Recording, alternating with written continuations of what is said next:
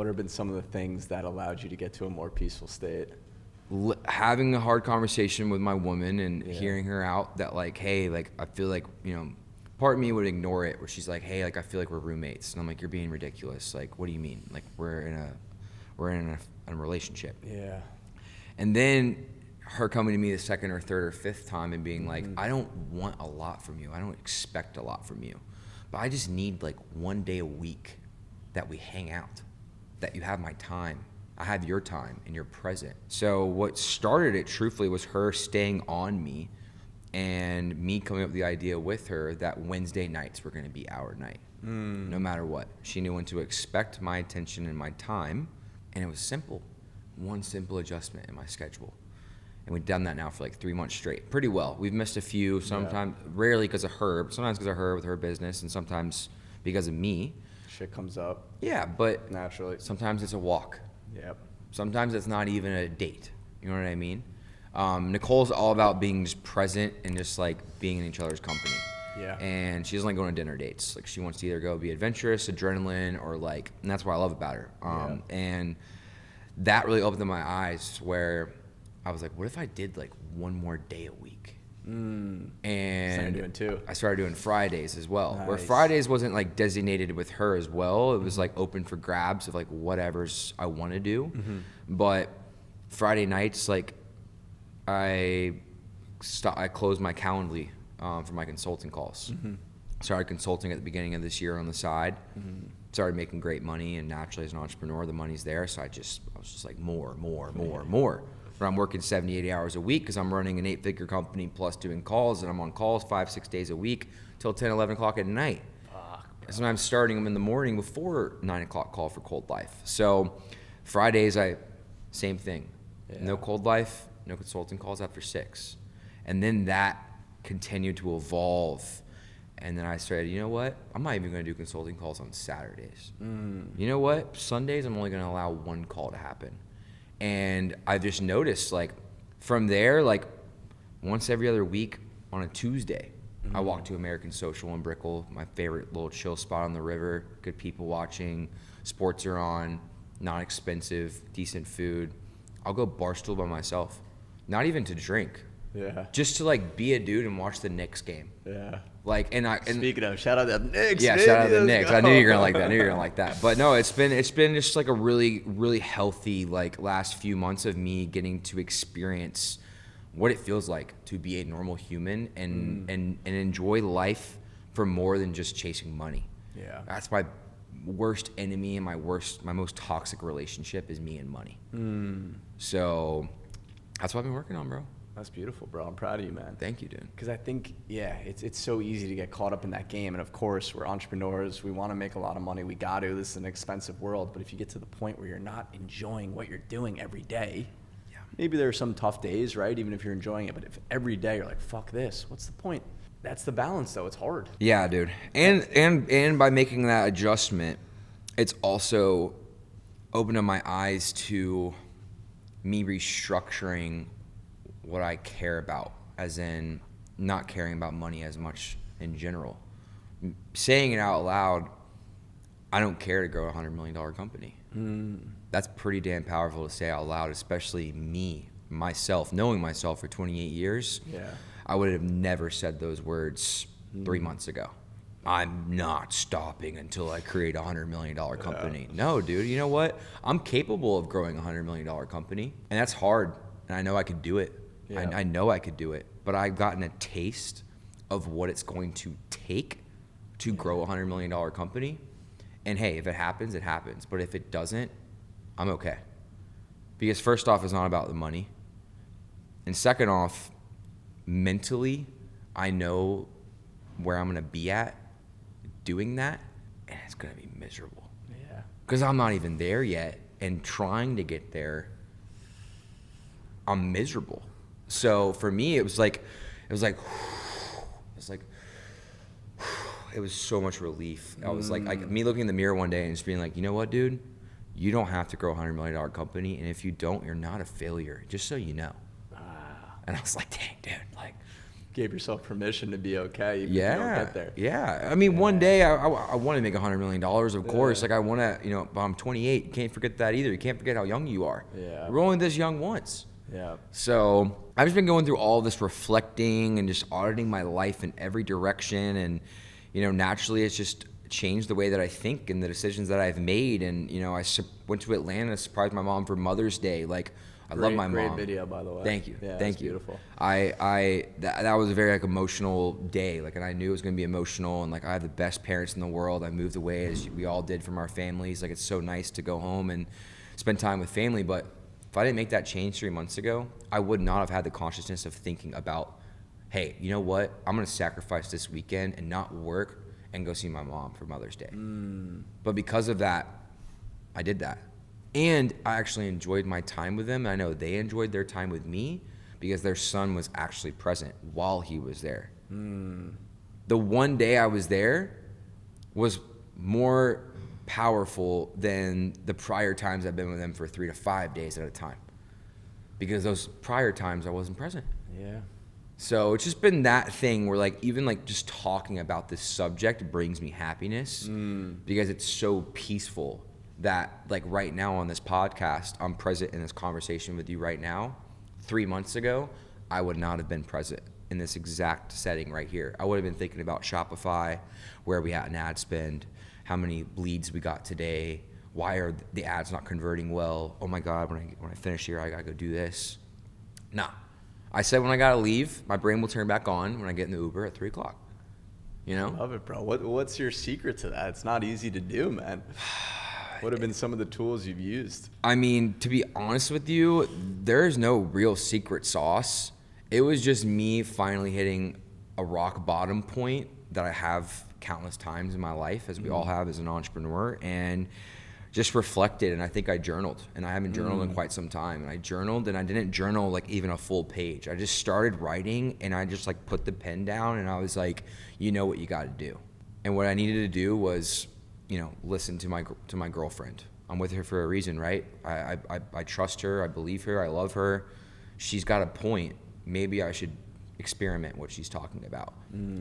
Comprehended all of these comments and past conversations I've had with my parents and my friends and other people that I respect. And a lot of my Miami friends, I haven't been close with since I moved here. Yeah. Because I'm the one guy in the clique that rarely says yes to the plans. I'm not in the group chats anymore. I know they have new group chats because it's like, we already know Ask and Sand and Play Paddle is not coming.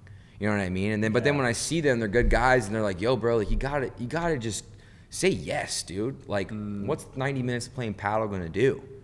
Or we get to have a get together, and I finally see a group of the people in like 6 months. Like, where you been, man? Like, well, we know you've been working, dude, but like, dude, like, there's more to life than that. Like, and I started just like replaying all these conversations in my head, and I was like, damn, I know exactly what I need to do. I need to start living life like a normal human and not just thinking and caring about growing my business and making money. And the revenue hasn't changed. I was going to say, I'd be curious to see what happens after you've made that shift, right? If you're a one-man team, of course, you're going to see a difference, right? If you're a one-man team. Well, I'm fortunate to have a business partner. So like today or yesterday, he left town. He's in the car. He's still available. But I have the consciousness of knowing, hey, if Kyle can't make this call, I'll make it for him. When I'm gone, he knows when I'm offline. I was at a wedding last weekend. Kyle picked up what was on my plate. We have a team. We have systems. We have employees. They're still working even when I'm not checking my phone. I don't have this magic wand that's like, I'm on my phone, print more money. You know what I mean? It's not some superpower. I function, or used to function, like as if I had that superpower. Yeah. But in reality, my ads are still spending. The return on ad spend is the return on ad spend. And the sales are going to be what the sales are going to be. Nothing changed. Yep. And that also opened up my eyes, where I was like, wow. Today was not a good day in sales, but at least I enjoyed my day instead of being like, dang it. You could have not enjoyed your day and still had a shitty day. I was not in, every shitty day was a really shitty day compared to now. A shitty day is just a mid shitty day. Yeah. Literally. It's crazy, dude. But I just made a reel really talking about that. It's I'm sure I'll post it in the next few days, but it was me venting about this wedding I just went to. I didn't work Saturday, Sunday. I checked my phone, of course, and like Slack and whatever. If someone needed me, I'm still gonna respond. Yep. But I barely worked. I was present, enjoyed my friend's wedding. I genuinely connected with other people. Like, old Sam would not have done that. I wouldn't even remembered conversations. That's how bad of a problem I had before that change. So it's a really beautiful stage of life that I'm in right now, and I feel that way, and it's exciting because I'm happy.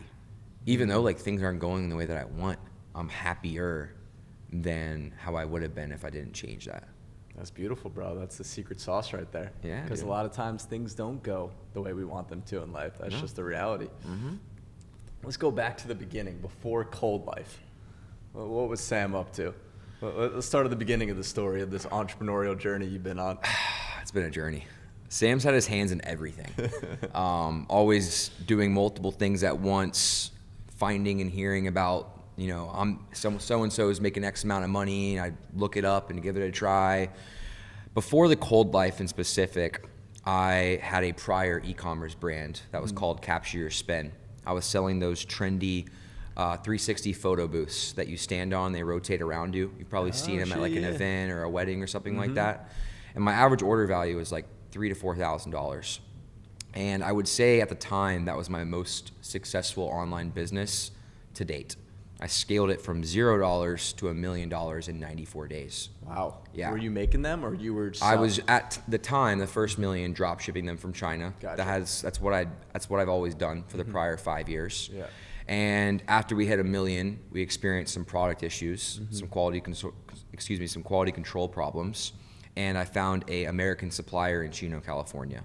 So from $1.1 million to $1.3 million, I had a better, higher quality manufacturer in America. But I scaled that brand, like I said, from 0 to $1 million in 94 days. The profit margins were like 30% on the first $1 million. Wow. I want to specify that. Yeah. First $1 million. And from $1.1 million to $1.3 million, that's when things started falling apart. It was a very niche market. It was a very trendy product. And at the end of the day, you know, the fear always is some big competitors when I come in and just outbid you on Google and outbid you on Meta, and their price is just going to be hard to beat. And that's what ended up happening, along with the trend just started declining. So I liquidated that brand for like pennies on the dollar. I'm not going to sit here and say I exited a 7-figure company and act like I exited for 7 figures. If I did, I probably wouldn't have started the Cold Life. So everything happens for a reason. Yes, it does. But it was a priceless education. It opened up my eyes to, in my opinion, working smarter, not harder, when it came to having an online e-commerce business. I could sell one product and make the same amount of money and deal with one customer versus doing what I had done the prior 5 years and sell a product that was $50 to $100, would have to deal with 300 to 500 customers, 300 to 500 orders to fulfill, and 300 to 500 opportunities for things to fall apart. So you were doing smaller ticket e-commerce stuff before that. Yeah, since 2019, realistically, the end of 2018 is when I started drop shipping. I just dropped out of college, went back to pressure washing. I did pressure washing in high school. That was my first business. Shit. And This man's been an entrepreneur for a while. Yeah, and thanks to my dad too. Like, you know, I'm very fortunate that, you know, my dad wanted to give me that experience at a young age of, I had a job at a golf course, but he was like, hey, we have an old pressure washer. We have a neighborhood that we live in with 900 homes. Get door hanger flyers, spend the time, sweat it out, walk the neighborhood, put a flyer on every single door, and you'd be shocked how a lot of families in here would like to support a young hustler. Absolutely. And at the time, I was 15, 16 years old, and I didn't even have my license. I was using their golf cart to drag the pressure washer from job to job. And I started making, instead of 20 to 30 bucks an hour at the golf course, including tips, I was making like $75 to $150 an hour. And I'm OCD, ADHD, the whole nine. So like seeing that before and after with a surface cleaner, dude, or spraying the house, like it was satisfying. Yeah. So I did that on and off throughout high school. I saved up my money. I was a rebellious kid. My parents practically kicked me out at 18. I didn't obey by their rules, so they weren't going to support me after 18, which I was like, bring it on. No problem. I don't have to have a plan. I'm going to go to college. I'm going to party. I love to party. So I went to college at 18, got out financial aid, had about 15, 20 grand saved up. Was the only kid in a house with 5 kids. And freshman year, that was paying the rent. Was the only one of the kids' moms, paying all my groceries, had financial aid for the community college I was going to. And I rarely went to class. I got like 9 or 12 credits with like a 2.0 GPA first semester. Yep. Gained like 20, 30 pounds and ran out of money. I went to every game day. It was like the community college at the University of Georgia. So like I acted like I went to the University of Georgia, but I went to the community college, right? But every Georgia away game, Alabama, Ole Miss, I went to every one. I mean, I was having the college experience that I always had wanted, but I spent every dollar because I wasn't working. So second semester, it started to click. I was like, dude, what are you doing? You're out of money. I was driving an hour back home to pressure wash to make money, then come back, spend it, do the same thing. So the light bulb went off and I came up with the decision to drop out. And then I went back to pressure washing, started drop shipping at the end of 2018. And then, like you were saying, I was always drop shipping and selling like cheap products online, like $15, then $20, then maybe 50, then maybe at most 100. So before the Cold Life, my prior brand, Capture Your Spin, the 360 photo booth brand, it just gave me so much experience of a whole different type of an online business compared to anything I'd ever done in the past. But I reflected on that because every business is a trial and error and a priceless education, right? That's my school. Yep. Every business, every failure, it's priceless. It's a priceless education. Phenomenal school to go to. Phenomenal, dude. It's the best, in my opinion, learning in the real world. Just put yourself out there and just learn. Yep. And that's what I always done, dude. I couch hopped on and off throughout this whole time, made money, spent it, lost it, made it back, spent it. Business did good, crashed. Like, it's just been this roller coaster for 8-9 years. But I reflected on that business and I was like, you know what? I want to sell to a higher income demographic. I was selling to a lot cheaper demographic with the photo booth. So customer service and like that part of the business was a headache. Yep. A lot of scams and like chargebacks and just like it was a nightmare. But I was like, I really like selling premium products, like high ticket. So I was like, I need to go find what that is, and obviously we can get into it, but that's where the Cold Life shortly after was born. Yeah, let's get into it. I know there's that story about you and Kyle meeting for the first time. Something about a check, right? If I did my research correctly. You did do your research correctly. Yeah, Kyle, I'll speak for him because he's not here. Kyle likes to immediately respond to that and say, Sam practically scammed me out of a lot of money, which I did not, to clarify. But I, at the same time of running the photo booth brand, I also was managing about 20 Amazon stores. And I don't know if you remember back in like 2020, 2021, there was a lot of people on social media marketing like an Amazon automation store where investors could come in and invest like $30,000 to $50,000 into a person like myself, and in exchange what they got was an Amazon store that a team like mine would manage for them, source the products, fulfill the orders, handle all the customer service, and they would give me a profit split where it's literally a hands-free investment. Wow. You're gonna give me 30 to 50K. I'm gonna start you an Amazon store. At the time, the ROI off a 30 to 50K investment was about 8 to 12 months. And that business model worked well for quite some time. Yeah. And I didn't Would you pick what products they were selling? Yeah. I mean, to be honest with you, I actually had a team of like 60 to 70 virtual assistants in the Philippines that literally ran everything. I was just the face of the operation. I had the experience, I had the knowledge, I knew how to sell it. And I also had my own Amazon store at the time that was doing well. So I sold the store. I was the face, I was the consultant, I was the account manager practically. And then in the background, my virtual assistant team was sourcing the products. We were drop shipping on Amazon. So maybe finding a pack of toilet paper from Target that we could sell for more on Amazon for $8 more a unit or $6 more a unit. Or you're making that spread. Exactly. Or sourcing it in general from somewhere else. We were just drop shipping. And up until the end of like 2021, going into 2022, that was allowed on Amazon. Or it was not theoretically allowed, but there was ways to get around it. So Kyle was one of my 20 investors, and Kyle was actually the first investor. Wow. Kyle gave us a $50,000 cashier's check, and Kyle was killing it at the time, as he always has with another business he had at the time. He was engaged to Kayla, and I actually didn't sell Kyle. My other partner at the time sold Kyle. So Kyle and I didn't really know each other. We got to know each other when things started falling apart, He was owed about 50% of his investment back. His store had gotten shut down. Credit card bill was due for the company. Money was on hold on Amazon. And obviously he's starting to set off the alarm bells of like, what the hell is going on? Yep. So that's when my partner at the time, who didn't have as much e-commerce experience as me, he was more blue collar, how I got started. That was what he thrives at. We were just great buddies, decided to create this business model together. He brought in a lot of his connections, but I was the brains. And so I came into that like meeting, and that's where me and Kyle met. And I had to do that same conversation with like 10 other investors. Yeah. And Kyle was just like foot down, like, you know, he's like, I shook your partner's hand, and he told me I had my money back before my honeymoon. And I was like, well, I'm not the one that shook your hand. I would have never shook your hand. But the contract didn't promise anything.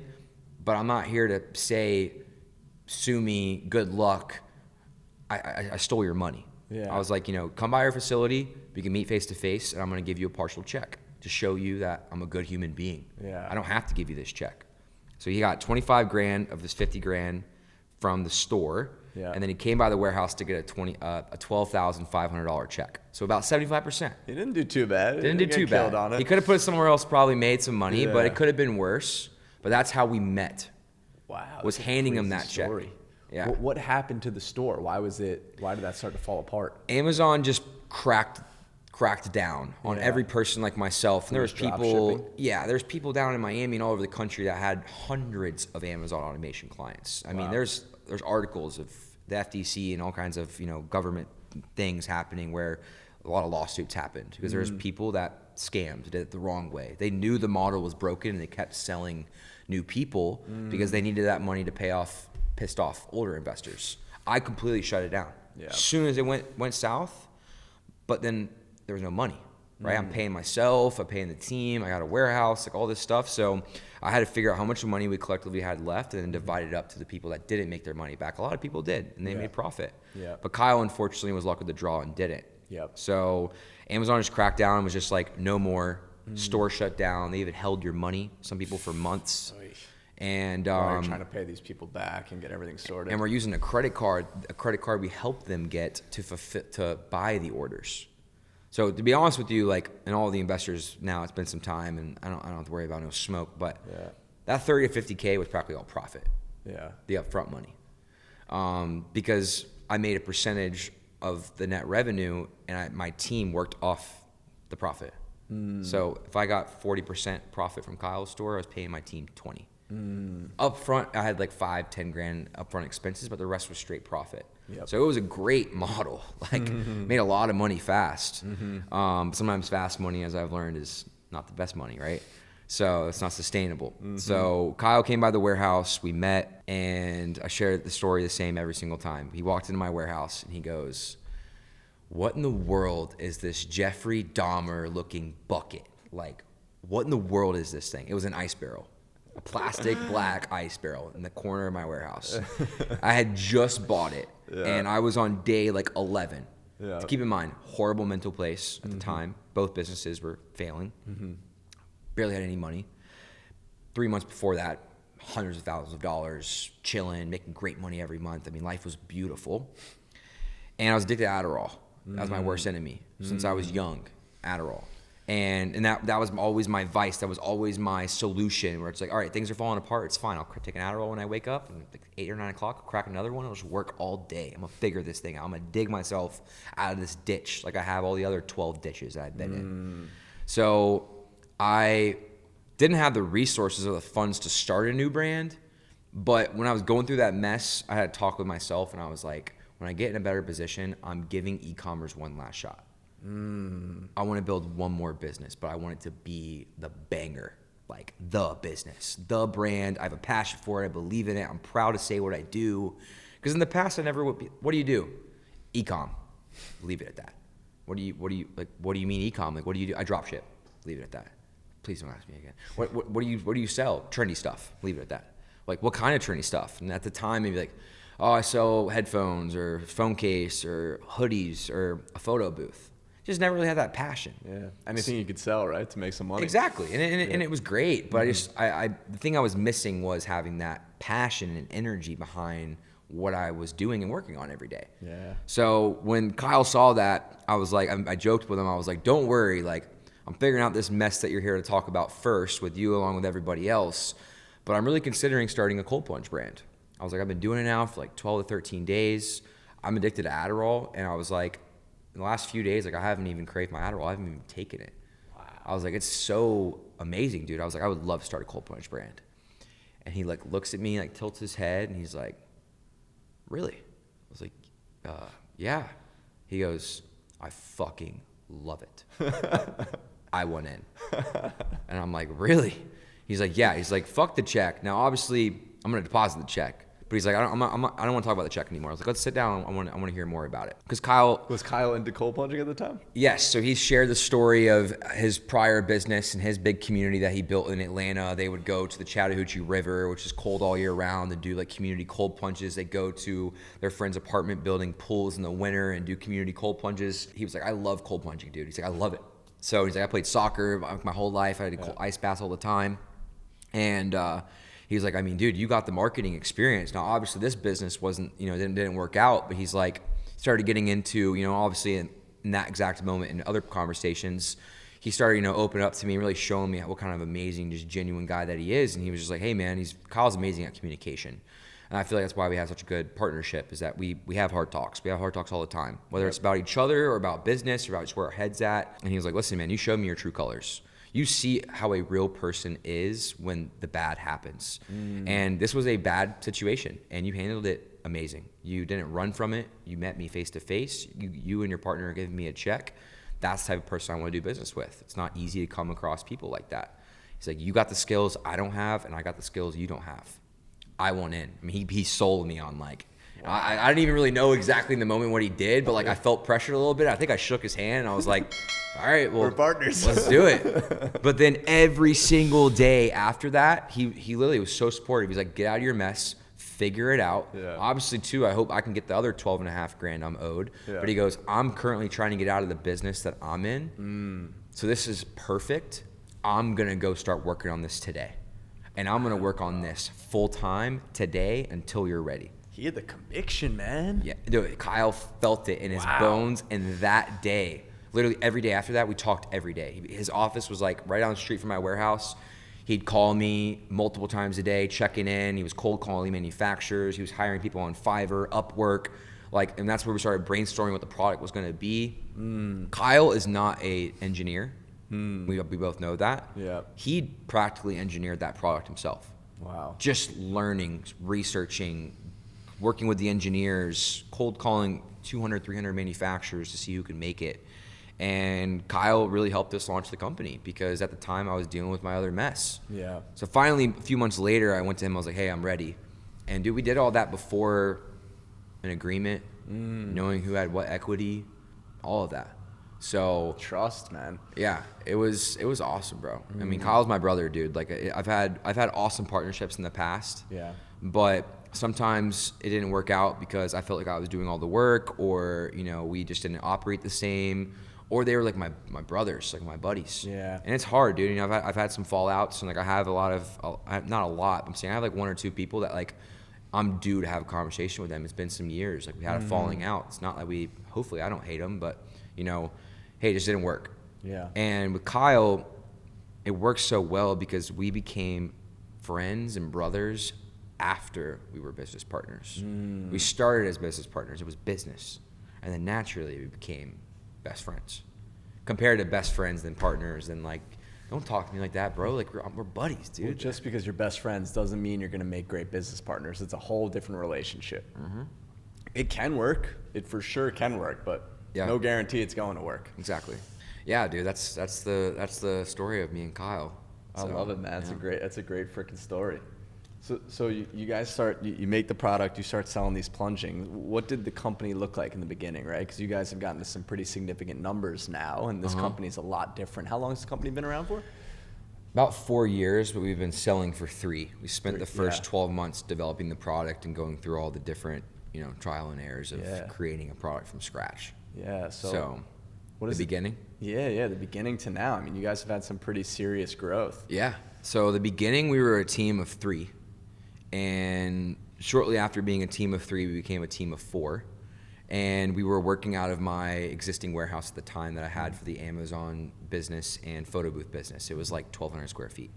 It was a Rob Dyrdek fantasy factory, just like dope little clubhouse vibe. Sounds sick. It was like Supreme skateboards and Bear bricks and like all the hype shoes and hype beast stuff. It was awesome. Yeah. Do like poker nights there with the buddies and smoke cigars, and it was like a hangout, like lounge. It was like my dream office to always have. And obviously that turned into like a manual labor, like plumbing cold plunge facility that, all the hype beast stuff kind of started getting, thrown away or moved to the side or taken home to allow more space to be there. My partner at the time had his dirt bikes there. So we started off in a 1,200 square foot facility, and we were maybe selling 3 or 4 cold plunges a week, if that. We were selling them for more. I think we were selling for like $9 to $10 grand, and they were made of steel. So they weighed like 300 pounds dry. They were freaking heavy, dude. Wow. And the weld lines weren't perfect. We were working with like a mom and pop shop in Georgia. We found a manufacturer that was willing to make the product. We went through countless prototypes, and finally we saw one, and we're just like, we got to hit the market. Like, cold plunging's blowing up right now. Like, let's just rip and go.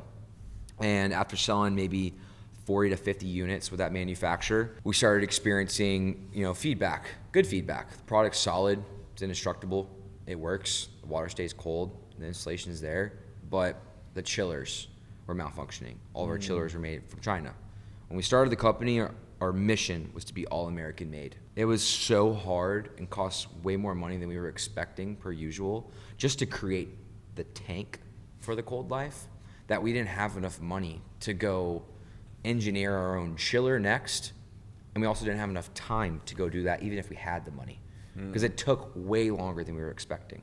Yep. So Kyle, digging as always, doing his research, calling all these manufacturers in China, and he finds like the main one that's making every cold plunge company's chillers.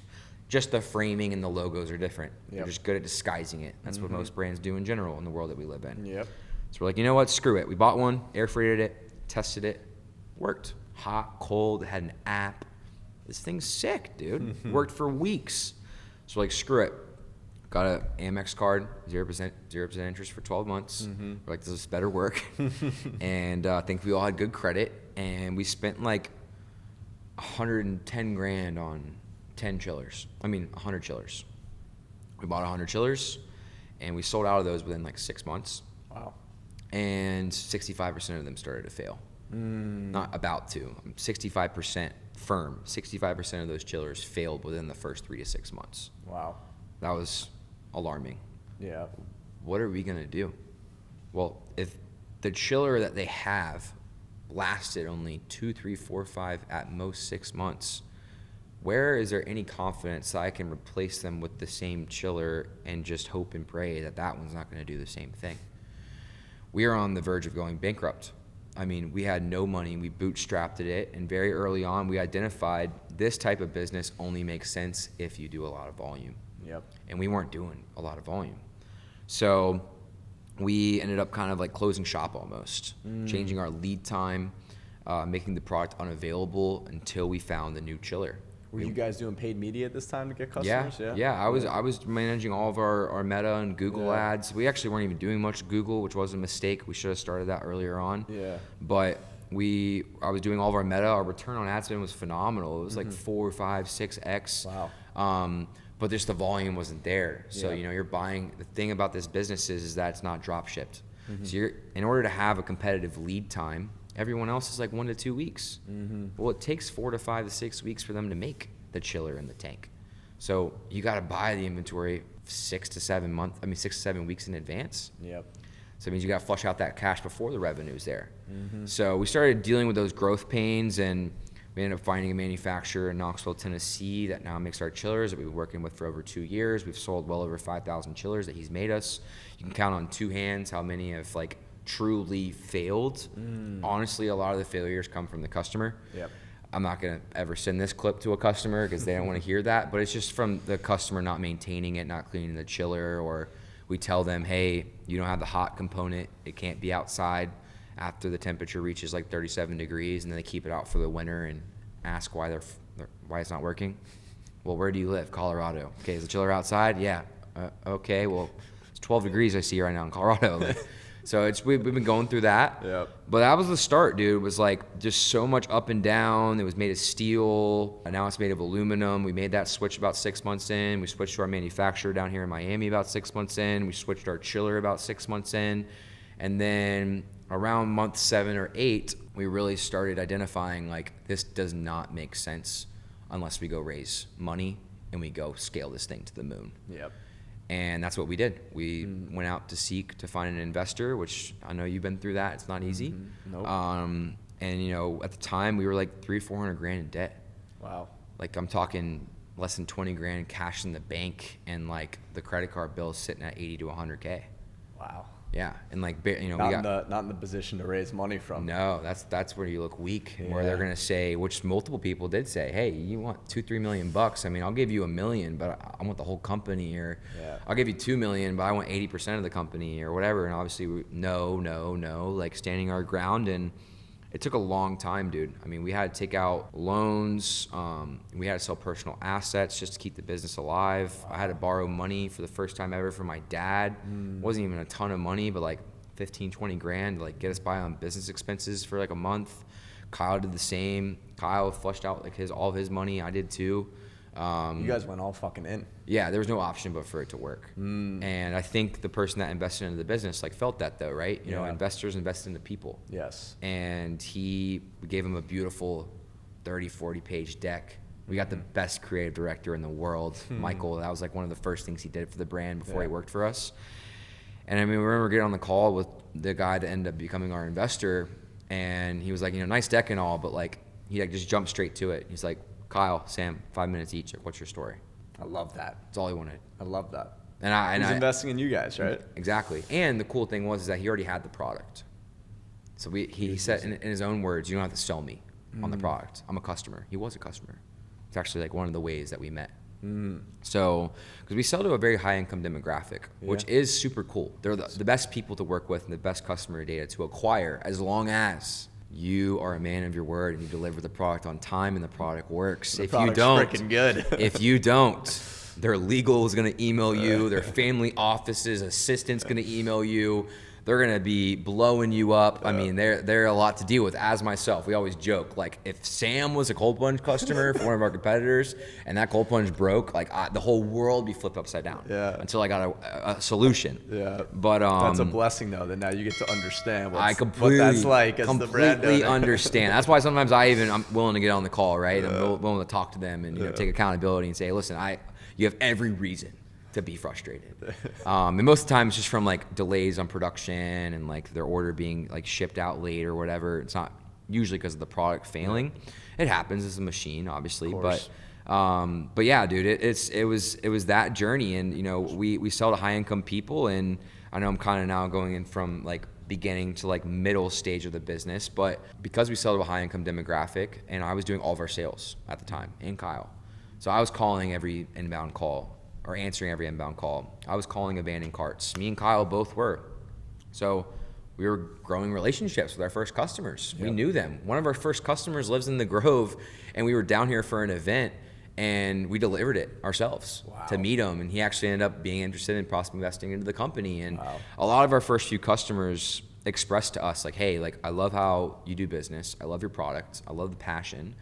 I'm an investor. I've sold my company and several others. Like, hey, if you're ever raising capital, like, give me a call. So 6 months later, we remembered those conversations, and you know, we made those calls. But most of them, it's all about timing. Man, I'm completely dry right now. Like, you know, I've already gone into a few other ventures since then. Or hey, like, now's not a good time. Or my wife's pregnant.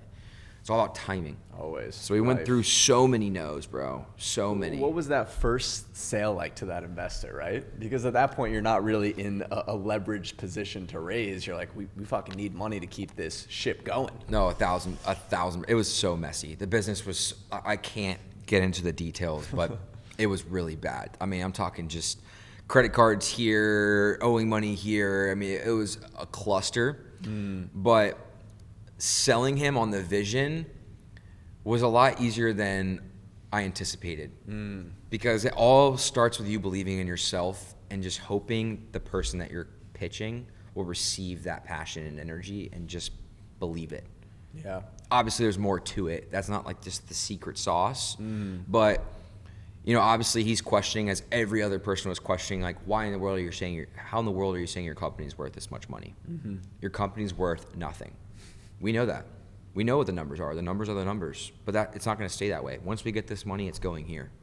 This is my background. This is Kyle's background. This is what we've already done on things that we didn't have a passion for. This is what we have a passion for. So imagine if we've done that in our past, and that's our track record. Imagine what we can do when we actually believe in and have a passion for what we're doing. You know what? You guys were fucking right. Yeah, exactly. So we're still going through the pains, bro. I mean, this is a very, very hard business. Yeah. This business, what I tell everybody that asks, like, you know, hey, like, seems like business is going super well. Like, you guys scaled, and like we did. We 6X'd our business last year. We're an 8-figure brand, but I'm not worth 8 figures. On paper, sure. After our last raise, we've done one more since the first one recently. On paper, yes, I'm worth 8 figures, sure, or multiple 7 figures. But personally, I'm not. And that's how it is, right? You make your money as a founder when you exit. That's why we all chase an exit. That's why we all talk about an exit. That's the dream. But this business is so challenging because we sell to rich people. Rich people are rich for a reason. They are smart with their money. They invest their money. They're strategic. They think things through. They don't just impulse buy things. Even people worth millions, if not tens, if not hundreds of millions of dollars. They probably watch it the most. Yes. I started working in wealth management when I first graduated for a huge team, and we were managing crazy money. And the people who have the most amount of money, they are the people that watch the closest. They know where their money's at every day, what it's doing. Every single day, like a hawk. Yeah, and that's why you also hope you're talking to them on the right day. Yeah. You know, where they get a review of like how their business is doing for the quarter. How their portfolio's doing. Yeah, you can tell in the tone of their voice, like, hey, it's green or it's red. But with that being said, how I fluctuate what I spend on ads for my company is legitimately based off of the economy. Stock market, crypto. Crypto's down, which it is right now. I don't know if you're in it. I'm in it. Yeah, We're stuck. It's fine. It's going to go back up. Sales are down. And literally today, I don't have to check my phone. Sales are down today.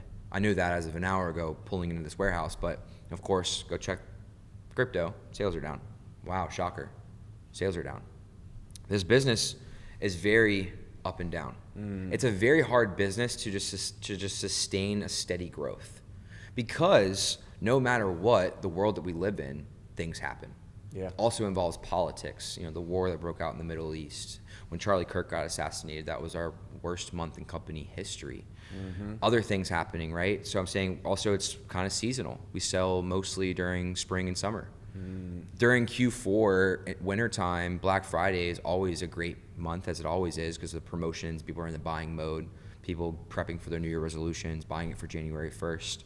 But what happened this January? The coldest winter, brother, we've had in a decade or more.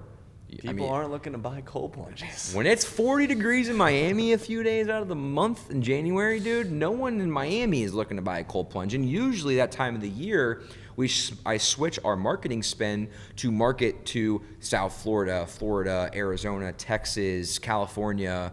I'm smart. I adjust our marketing spend and budget and strategy during the colder months to market the warmer states. But that strategy didn't work this last winter season. There's always something, which is normal in any business. But we have a lot of overhead, and we have to buy the inventory, like I told you, still as it was when we started. Buy inventory a month, 2 months, 2.5 months in advance. We have to place a blanket order, and we have to disperse a minimum amount of units from the blanket order. We have a warehouse. We've grown. We got a facility here in Miami. That's not cheap. A team. Bunch of employees. Yeah, so you know, we scaled the business, but our OpEx is so much higher, where we have to do a certain amount of money a month, or we lose a lot of money. And we have had some real bad months. And I'm proud to admit it. I'm not proud that we lost money. I wish we never had a single red month. But compared to a lot of other businesses that I consult with or that my friends own, it's like, yeah, man, like revenue is down 7%. Yeah, man, ROAS is down 10%. Yeah, man, we pulled back because of whatever. But it's like, they don't have a warehouse. It's 3PL. They don't have a big team. It's like 4 people plus AI. That's how the world's evolving. This is a way more hands-on business that requires a lot of people. So that's why we recently made a shift in what we're selling. Let's talk about the shift. Oh, I'm excited about the shift. I'm super excited. You just got one. I brought you one here today. That hair is gonna stay where it's at. You don't have to worry about that falling out. We decided to pivot about 6 months ago while we were identifying the type of business we were really running. And as a business owner, you always gotta be open-minded. You can't be stubborn and just straight lined, like this is gonna work no matter what, right? You gotta be open-minded and be willing to 100%. criticize the business you created. Yeah. Maybe identify that you need to pivot. Maybe identify you need to change things. Maybe identify you gotta get rid of an executive or whatever like that, right? Hey, look at some of the biggest businesses ever, right? How many pivots? Oh, countless pivots, bro. Countless pivots. Always seeing the market. What is happening in the world? Where are things going? How do we capitalize on that? Exactly. So we sat down, we had countless meetings about this, and we said, let's go back, Kyle. What did we start this company for? What was the reason behind this company? We wanted to become a premium health and wellness brand.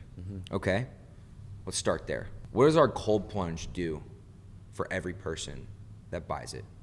How does this cold plunge impact people's lives? Well, for me, I'm a testimonial. It helped me quit Adderall. It helped me quit an addiction. It helps me with mental clarity, mental toughness, my mental health in general. Yes, it helps with inflammation, but I like the first half that I was talking about when it comes to cold plunging. We know in general that cold plunging is impacting every customer's life in a positive way. Well, what's our main mission here? We want to impact as many lives as possible. We want to help people live a healthier life. That's the same mission Kyle and I are on ourselves. It's been beautiful. Since starting this company, it has naturally forced me, outside of just cold plunging, to be influenced to experiment and start criticizing myself and the norms of, I used to have the Chick-fil-A app and I always go to Chick-fil-A. I used to, drink 1 or 2 sodas a day. Like I love ranch. Like I'd get, I get fries and dip the fries in the ranch. Like I like my food. Can I do a quick interjection on Chick-fil-A? Yeah. Me and my girl had it for the first time in about 3 years, probably 2 weeks ago. You get sick? It was so fucking good. But we felt terrible, Terrible after. But when we were eating it, we're like, this is insane. This is crack. I had it for breakfast, okay? Oh my. I used to get it for breakfast every day I in see high school. why. Bro, breakfast, I'm from Texas. I put a little honey on my fried biscuit. Oh my God. It's good, dude, okay? It's Jesus good. I agree. Christ. I agree with you. But I got in the airport. I had to get food in me for like a 4-hour flight. And I didn't have anything before, and I was forcing myself to walk in the airport all the way up until my zone was called. Because I'm like, dude, I gotta walk this off, dude. I don't feel good. I do not feel good. But going back to the story, so we talked about what's our mission, what's our plan, what are we doing with our lives? We're trying to live healthier, we're trying to live longer. We're enjoying this journey of the biohacking and being more knowledgeable about the things we consume and caring more about the things that we take and drink and do every single day. So we're like, how can we launch another premium product but that a lot more people can afford? But also, sure, call it greedy. I'm a business owner. I also have to look out, but also a product that's good for the business. Yeah. That will help the business model. That will help the evaluation of the company as well. How can we kill all of those birds with one stone? If the product doesn't do well, then you're not going to be helping people. Exactly. So we really built a good reputation that we're proud of, that we are known as a premium health and wellness brand. Yeah. All of the people that have seen our product at the Coffee and Chills or at an event or at our facility or on ads even, but most importantly in person, I always get compliments, and it's the best feeling in the world. Dude, you guys created a phenomenal product. I'm like, thank you. I know we did, because we poured everything into that. So what does that mean? Every product that the Cold Life launches after the cold plunge has to match the same quality. 100%. Has to, or People jeopardizes. have the expectation. Exactly. You're a brand that produces this type of quality. Exactly. So we did a lot of thinking, and I brought up to Kyle that, hey, do you remember when we were first launching the company, another product that I thought about selling? And he was like, what was it? And I was like, a filtered shower head. And he was like, really? And I was like, yeah. I was like, funny enough, one of my best friends that unfortunately passed away. Sorry to hear that, bro. It's all good, bro. His sister is a super successful model in LA, huge influence online. And my buddy Milo, who's best friends with my best friend that passed away, since my buddy passed away, Milo, who also lives in LA, got really close to Meredith, my buddy's sister. And Milo's a hustler like me. Meredith, my friend's sister, that's a model and creator or whatever you want to call her. She's a hustler too. Mm-hmm. And Milo like reached out to me like right before I started the Cold Life. He was like, hey, like thinking about starting an e-commerce brand. He's like, what would you sell? And he's like, maybe I'll do it with Meredith. Mm. I'm like, well, dude, like she's got millions of followers. Like she's in like the beauty scene. Like she's a model. She's an actor. I'm like, dude, you should do. I sent him like I was all over TikTok at the time. I was like, you should do a filtered shower head. Wow. And he never did anything with it. Wow. So Milo, if I'm gonna send him this clip, if he did, who knows where he'd be today? He's still crushing it, whatever. But I brought up that conversation that we had, and I was like, dude, I really think we should go launch a filtered shower head, but let's do it the right way, like we did with the cold plunge, and go create it from scratch. Mm. I guarantee you, Kyle, and he knew the same thing. Everyone on the market currently is just white labeled from China. Therefore, there's a really good chance the filter, which is the most important part of the shower, probably is bogus and doesn't even really filter that much of that crap out of the water anyways. It's a shower filter. Yeah, it's just a better looking-ish shower that's really not doing anything, but it's the placebo effect and you're like convinced that it's, making your hair grow back and shit, right? So we got on the vision board, started, brainstorming, and we got aligned and we're like, let's do it.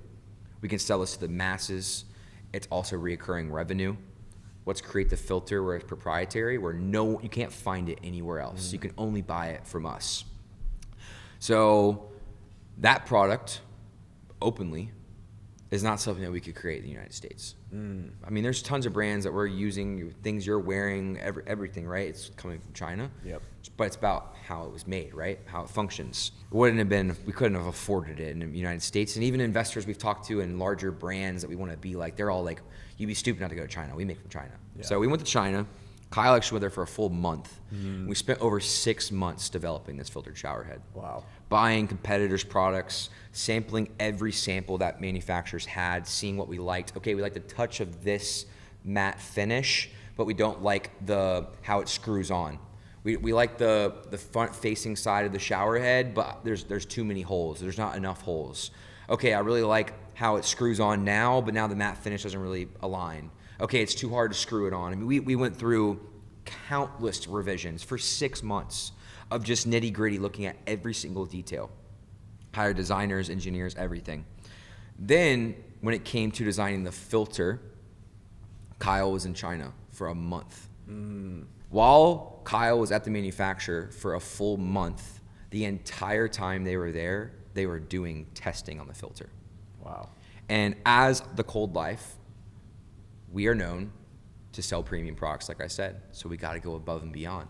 The only other filtered shower head on the market, they state they tested their filter through 7,000 gallons of water. And after 7,000 gallons of water, which is like around 2 to 3 months of use with 1 or 2 people using it a day, it got about 50% of the chlorine, heavy metals, and all the other stuff out of the water. Cool. We're going to do 10,000. 50% of that each time? Or so they're saying like after 7,000 gallons of water went through their filter, from there forward, on average, the filter was only then getting 50% of that stuff out of the water. Got it. Which is why, obviously, you got to replace it every 2 or 3 months. But that just didn't blow our socks off enough. Yeah. So I actually got it with me right here. Let's show the viewers this beautiful filter. This thing right here in my hand is our filter for our filtered shower head. And we spent 6 months and over $100,000 developing this thing. Wow. And we tested it through 10,000 gallons of water. I told you one of our competitors tested theirs through 7,000 gallons of water. And after 7,000 gallons of water of their filtered shower head, it got 50% of the chlorine, heavy metals, microplastics, and all that stuff out of the water. Well, after ours, through 10,000 gallons of water, it still got on average 75% of the chlorine, heavy metals, and microplastics, and PFAs, and all that stuff out of the water. Wow. So the lifespan of this is longer. We still recommend people to change their filter every 3 months. That's what our subscription currently is for. Yep. Now, obviously, if you have more than one person using your shower, you might want to replace it a little bit sooner. Yep. But compared to using ours versus using ours, if someone uses our filtered shower head compared to another one, after 2 or 3 months before that subscription comes in, their new filter, it's only getting about 50% of the stuff out. Compared to ours, it's getting at least 25% more out before that new replacement comes in. That makes sense? That's huge. So the lifespan's longer, the water pressure is better, The surface of the actual diameter of our shower head's 25% larger than any other one on the market. And we launched it at the end of October. And since then, we've sold out, I think, 6 or 7 times already, our stock. We can't keep them in stock. We currently sell them in chrome and matte black. And the reviews have been insane. And right when we launched it, I actually got reached out to by a company that works with clinicians all over the country. Yeah. And they said, hey, we have a database of thousands of clinicians, doctors, all different types of medical experts all over the country. And we would love to give you the opportunity to have these clinicians approve your product, and you can use that for marketing. So right when we launched it, they said it'll take about 2 or 3 months. We sent them our listing, we sent out some of our products, and fast forwarding to now, with that same company, we're the only filtered shower head on the market approved by over 275 clinicians across the entire country. Wow. So if that says anything, obviously these doctors and medical experts would not approve of our product or put their name on our product if it wasn't valid. Yeah. And then our business partner, Gary Brecka, he was part of the design. He approves of the product, and he also helps us promote it as well.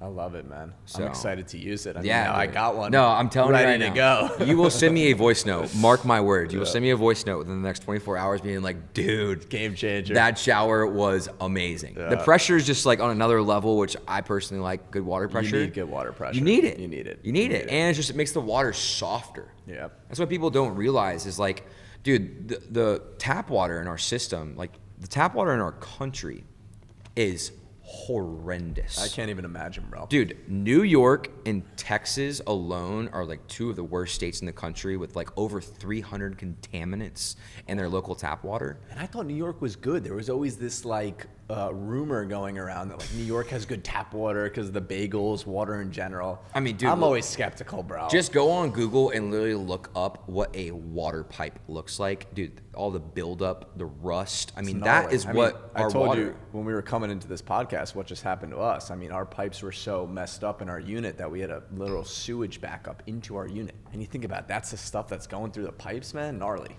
Dude, gnarly. It's disgusting. I mean, literally, what opened up our eyes was you can get a chlorine test kit on Amazon for like $6.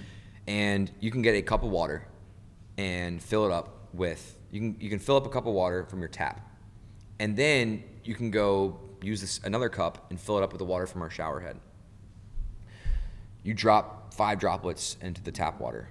It's legitimately going to turn brown. It's going to look like an old fashioned. Oh, bro. No joke. This needs to be an ad, by the way, if it's not an ad already. This will be clipped. Yeah, 100%. this has got to be clipped. 100%. But then you do it with ours, a filtered shower head, Yeah. the water's clear. You would confidently drink that water. Yeah. But what's crazy with the world that we live in is that people just aren't educated, which is nothing against them. It's hidden from us. Yeah. But you go onto Google and you type up just different types of research on tap water in the United States. Excuse me. You look up tap water in the United States, thousands of articles are going to show up. All the data centers that are popping up right now, which is a huge talking point in the United States. People that really aren't a fan of AI. Because of all these data centers that are getting built. There was one that was just built in South Georgia. And now, within that area, all of these things are happening because of all the different contaminants and all the pollution and people getting sick, people getting cancer. I mean, it's crazy. And just alone, the tap water that, just talking about women, I mean, women are a huge market for us with a filtered shower head. And the reason why is because it's affecting their hormones. Yep. It's affecting more than just their skin. It's affecting their hair. I mean, I don't know about you. I joke about this, but like until we got our filtered shower head, this is not an ad. This is the truth. I would get in arguments with my woman when I would get in the shower because I would be like, it looks like Chewbacca just showered in here. Her hair's always falling out. Yeah. And any shower I've gotten in at any prior like girlfriend's house or family member's house that women use the same shower, like there's always hair, women's hair, all over the shower. All over the shower. It's disgusting. Now, dude, there's still little hairs every once in a while, nothing crazy, but dude, the water is just affecting so many things, and it all starts with that because you're in it every single day. Yeah. Also our skin, I mean, absorbs. Largest organ on the human body. Yeah. It absorbs everything. Everything, The scary statistic that I heard off a podcast about 6 months ago, right when we launched the company, was taking a 10-minute shower is equivalent to drinking 11 cups. Let me repeat that. Taking a 10-minute shower is equivalent to drinking 11 cups of chlorinated water. Jeez. So you might as well go to a swimming pool in your local area and get a glass cup and drink 11 cups of that every day, because that's what you're doing every day when you take a shower. That's crazy to think about. I mean, yeah, I don't doubt it, but that is crazy to think about. It's nuts. And chlorine too. You guys don't use chlorine in the cold plunge, right? It's filtered through ozone, or We actually don't do ozone. Okay. We used to, but that actually caused a lot of the problems with the chillers we discovered. Yeah. Ours is just two-step filtration. So it's Nice. going through, it's being circulated, it's being filtered, it's going in, it's going out, it's going through a hair catcher and a micron filter. Yeah. But that's it. That's but nice. But we have oxidizers, that we have like a spa maintenance kit similar like for a hot tub. Gotcha. We have one that's chlorine based, Yeah. but no one really buys it. Yeah. Most people buy the non-chlorine based one that we have. I was gonna say, because I'm now so sensitive to chlorine. Like if I'm in a cold plunge that has a lot of chlorine Yes, or a pool, dude. my eyes are like they're burning. Yes, And dude. I never used to realize that. Yeah. I mean, think about us being kids, dude. I don't know about you, but I was playing Marco Polo in a pool. I was drinking chlorine water. Yeah. I mean, come on.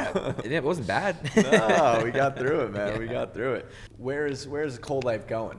Are we still making cold plunges? We or are. Is this a full pivot to? We are still making cold plunges today. That's not to say that we will eventually stop selling cold plunges. That's to be determined. Personally, I don't want to stop selling cold plunges. That's what we started the company with and as. And I mean, me and Kyle definitely have a connection with the cold plunges. But obviously it gets to a point where we need to not stop caring about what we sell and the quality. We're always going to make that the number one priority, but we also need to be selfish as operators in regards to this is our life. This is time that we're investing into building this, and start looking out for the best for the company, as in financially. Yeah. How can this company grow strategically, but also financially, as in making more money, making more profit. So right now what the future looks like for the cold life is we're going to continue selling cold plunges, just maybe at a smaller scale. Become more of a luxurious, like boutique cold plunge brand. If you want it, we got it. This is the price, no discounts, and this is the lead time. Maybe eventually our lead time goes up, but that way we have less stress and less cash flow issues of we got to make sure we can offer 1 to 2 week lead time. No, hey, you know what?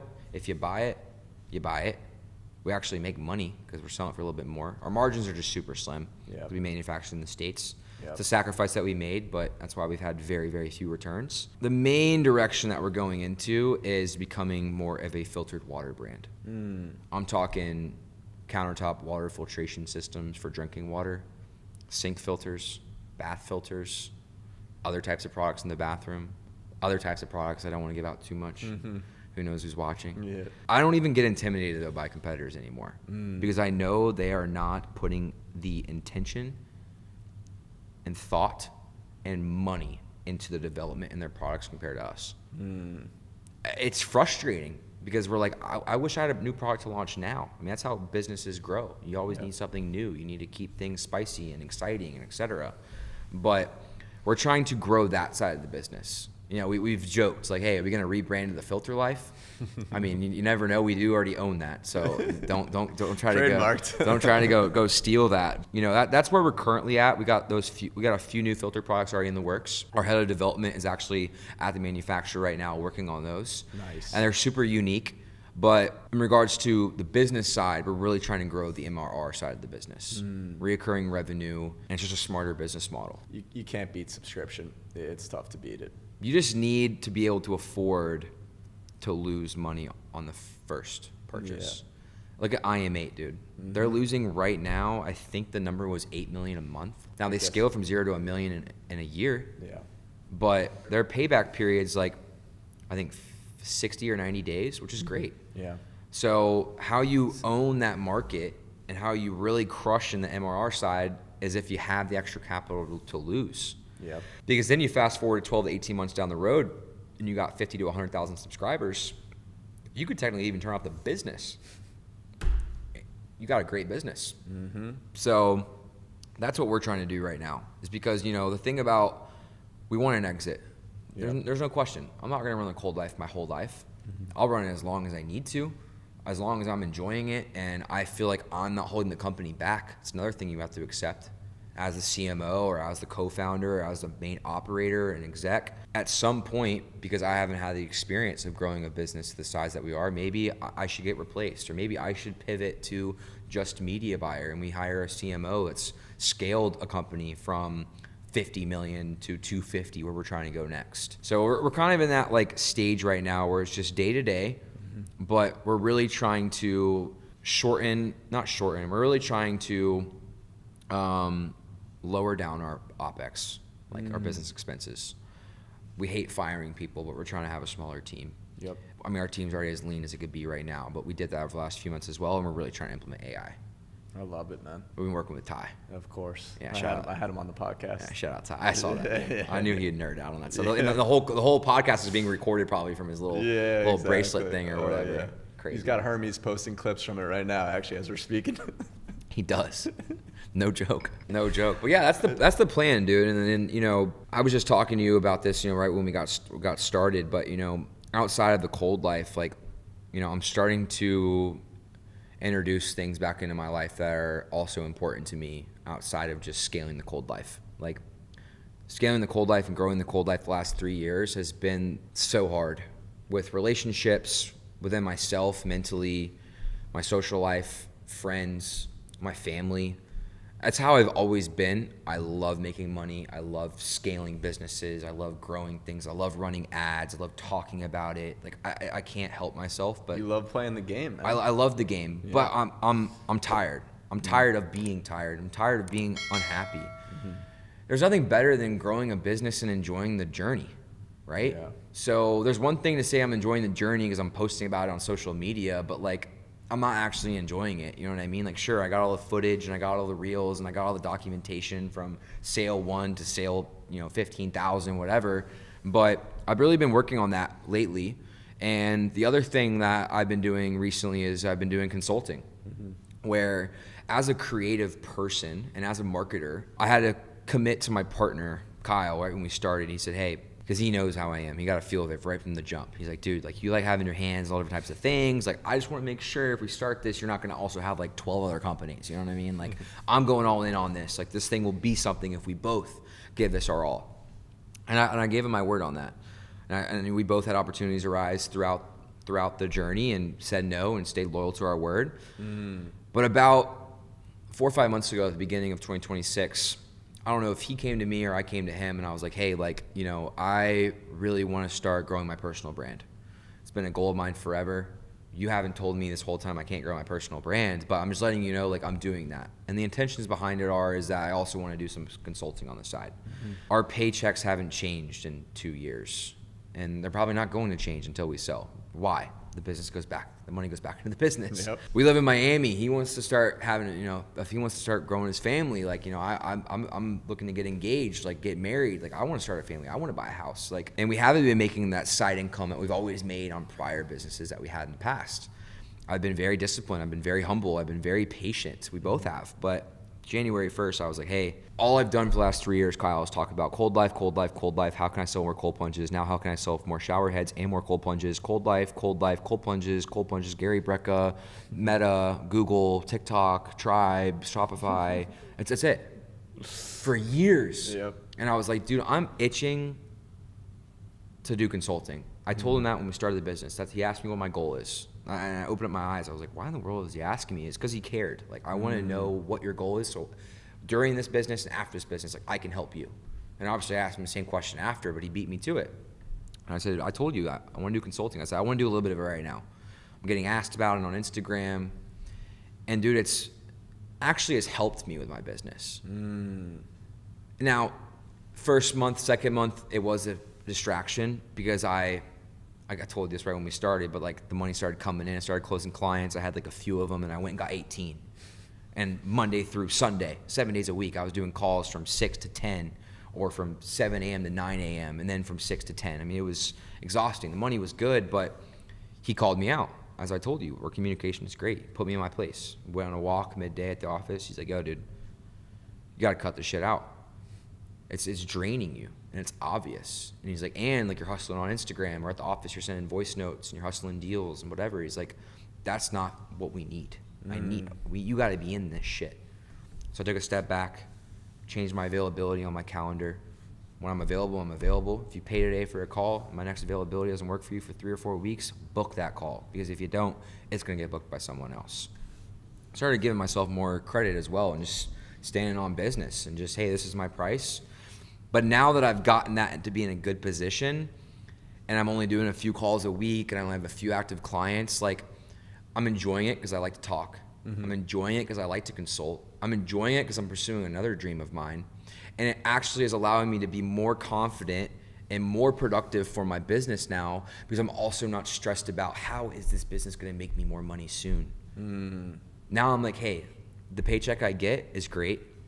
I want it to go up, obviously, but until it does, at least I'm now making this extra money that can help the other things I'm trying to do outside of this company actually be realistic.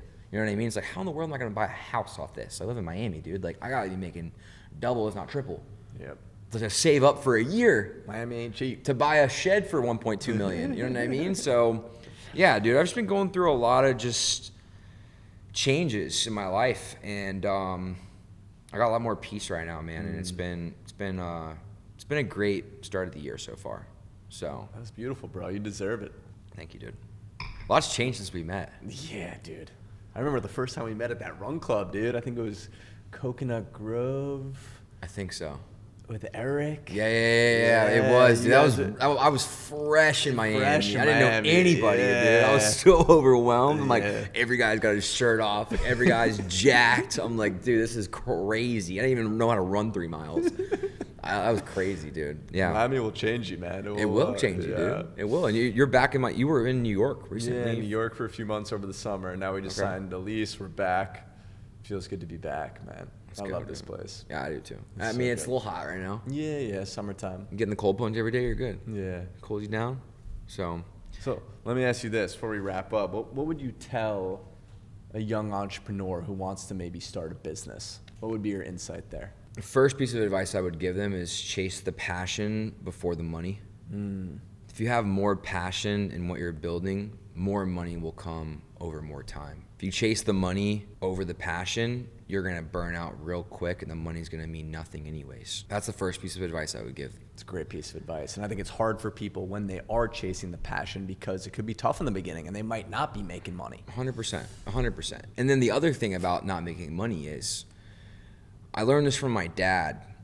You wanna go take risks, go take risks. That's how people make it in life. But before you go take risk and you go take this leap, you should probably have like 3 to 6 months of money put aside. So that way you can actually focus the whole time you're building and growing this new thing, this new idea, you could be focused on it. Compared to a lot of people that I talk to, like, yo bro, starting this new business, what do you think about it? I'm like, it sounds like a great idea. Like, just out of curiosity, like, what's your income right now? Oh, dude, I had a 9-to-5 job. I quit. Congrats, that's awesome. How much money you got saved up? I got like $5,000. What's your rent? $2,000. What's your car payment? $500. What's this? What's this? So you have 30 days of money. So did you think about 30 days? Your business isn't gonna make any money for 30 days. You got 60 days of work to do, maybe 90 before you can launch this thing. Or maybe you get a client and it doesn't work out and they charge it back, right? You gotta prepare for everything. I'm like, you shouldn't have quit. Now listen, it's fine, but go become a bartender or go get a side job. And like, dude, F that, I don't wanna do that. No. My biggest mistake is what I'm giving the advice on right now. I'm an entrepreneur, dude. When I set my mind to something, I have to do that until I can't do anything else. Like, I'm getting this, or I'm gonna do this, I'm gonna start this. Like, all my mind's on that until I accomplish it. So I would be oblivious of like, I'm in credit card debt, I got no cash, got no income, but like, I'm gonna go start this new company. But then 3 days in, I get a notification like, account overdrawn, or shit, rent's due. How in the world am I gonna afford that? Or whatever. So what I recommend young entrepreneurs to do is be more patient when you're starting your first business or a new business. Do not rush into it. Yeah. Do it strategically. And you will be more productive and more effective and a better operator and a better founder if you're actually willing to go sacrifice a few months of just stacking the bread, not going out for wing night and beer night with the buddies to watch Thursday night football, not going to the beach for the yearly vacation with the boys or the friend group, not going on the ski trip, not buying a new pair of shoes just because they got a little dirty, go clean them in the washer. No, literally save every penny and sacrifice fun for a few months and earn starting that new business. Because then you got 10, 15, 20 grand saved up and shit, maybe even go move into a cheaper apartment. Mm-hmm. Dude, when I started the cold life, I moved to Cumming, Georgia, and it's literally what it's called, Cumming, Cumming, Georgia. I lived next to a chicken factory. It smelled like dead chickens every morning. It was horrible. Wow. But I moved all the way north, all the way up North Georgia. I never thought I'd move that far north because I'm like 30, 45 minutes from like people my age and like all that. But I moved up there because my rent was like $1,800 a month. Yeah. Now I didn't have much money then, but I knew I had to stack my money. I needed to get my cushion. I needed to not be, while I'm growing the cold life, be like, shit, how am I going to afford rent next month? You know what I mean? That takes you away from actually building the business. Exactly. So that's the thing, dude, is like, all entrepreneurs in general are just like, they have to move quick, like don't really think things super clear, just like go. And that's a strength, just trusting your gut and go. But at the same time, dude, and yet again, my dad, like I love my dad to death. And like in high school and my early 20s, I hated him. Because my dad's super serious, life lessons, like, but he meant well. Like he was just trying to teach me. Yeah. But my dad always taught me sacrifice.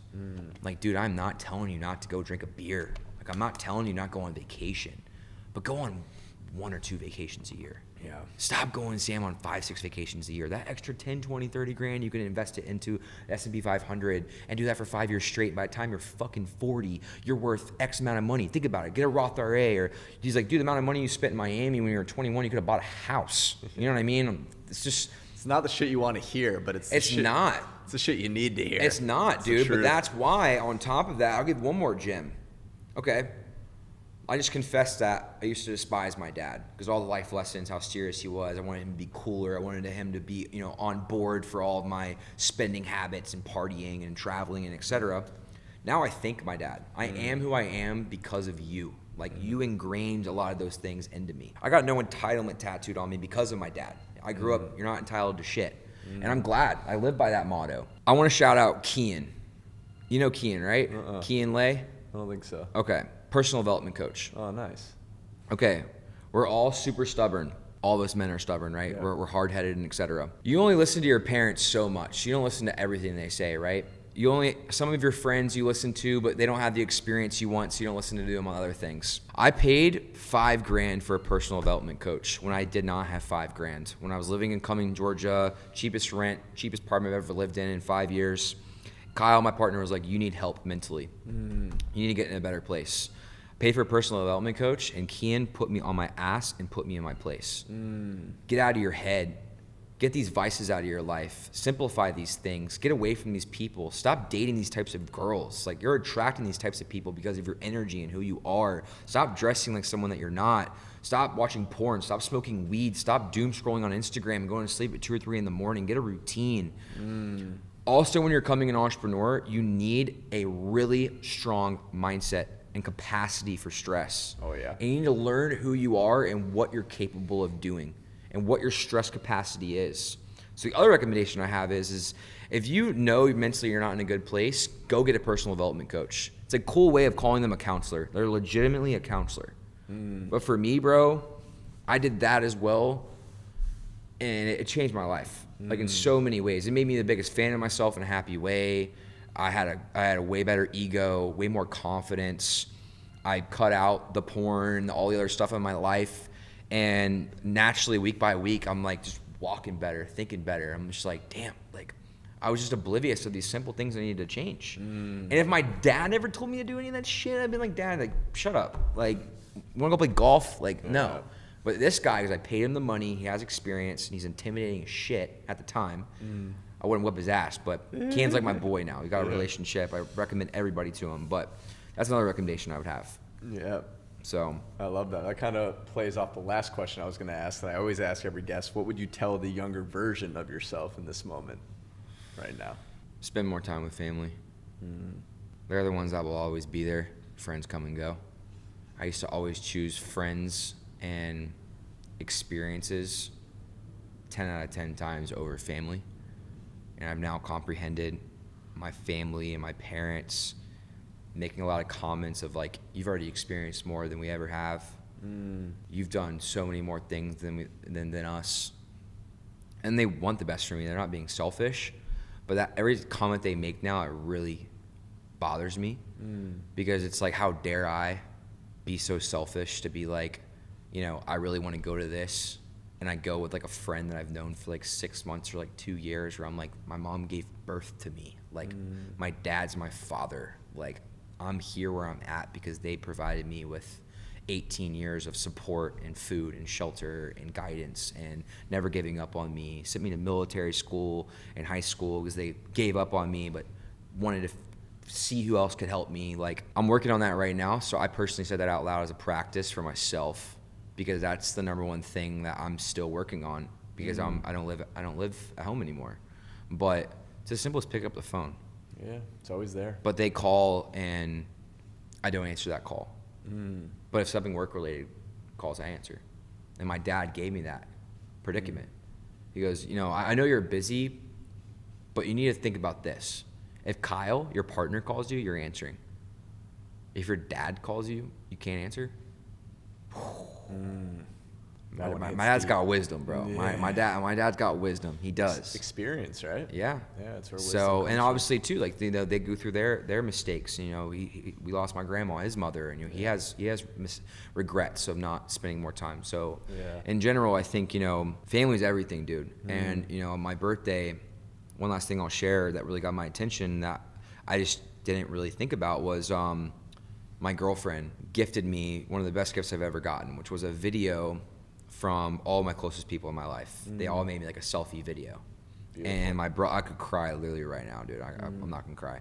My brother and my sister made me a video. And dude, like, my brother making a video, like, that's not him, dude. He's like in a frat at Georgia Southern, like almost 21. Frat like, boy. Love my brother, dude. He's awesome. Love my sister too. She's great. But I'm saying, like, both of them, like, that's awkward. Yeah. But they did it. Yeah. And they both said, like, you're like our biggest role model. Like, we're so proud of you. Like, we know you work hard. And that, like, made me tear up. And a lot of my other friends said the same thing. And it was so rewarding hearing that, because I'm so selfless, dude. Like, I look after others before myself. Which sometimes you need to look after yourself before you can look after others. Because you can look after them better if you're in a good place. For sure. But that really stuck with me, because I was like, I was so upset with myself after, like, the emotions, and like, damn, it felt so good to hear. I was like, dude, you know what? Like, I appreciate them sharing that, but like, I just appreciate them still loving me and saying that I'm their biggest role model, because I haven't been a good brother to them. I'm barely in their life. All I do is work. Even when my sister comes and visits, I work majority of the time, you know? So, family, bro. It's a beautiful message. Yeah, and if some people don't have parents they're close with that aren't around, bro, you have other family. Yeah. You got it. Or go to the OGs, like the people that looked after you when you were a kid, that when your parents weren't present or your parents weren't around, unfortunately. Yeah. But you gotta, those people are what matter, bro. They're the ones that really love you. And they're the ones that love you no matter what, how much money, how much success, no success, broke. They love you no matter what. They're the steady, consistent people. You know what I mean? You see it all the time. People who are close to the end, right? What do they talk about? I wish I spent more time with my family. I wish I was more present. I wish I somehow was able to find more joy and fulfillment and happiness during the experience. Exactly.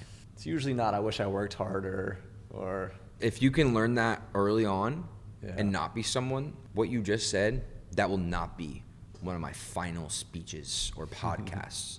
That's something I want to master before 30. Yeah. I want to be present when I have kids. I want to be present when I'm in that financial position I'm striving to be in, where I can share my wealth with my family, retire my parents if they're not already retired, take my whole family on life-changing trips, go on mission trips and give back to people in other countries in need, building schools. That's what I want to do. But I want to do that and be present. Yeah. I want to do that and have good chemistry with my family and be getting along, not just like, oh, we're going on a vacation. It's like, when are we going on the next vacation together, guys? Like, we love going on vacation together. Yeah. If I called my family and said, hey, we're going on vacation, like, the vacation's going to be fun, but we're going to have to go through a few of them for us to, like, feel comfortable around each other, because we don't spend a lot of family time together, you know? See that a lot. Yeah. Families together, and it kind of looks a little awkward at the dinner table. Yeah, it's just like, so what do we do talk now? about? Jake House College, Morgan House work. Okay, great. And then life advice from parents. You know what I mean? So, yeah, dude, family, bro, family. That's the closing note. I love it. Yeah, bro. Thanks for coming on, brother. Of course, dude. Appreciate you having me, bro. We'll have to have you back. Oh, I'm ready whenever. Let's you let me know. Thank you, dude. Of course, Appreciate you, bro. Of course.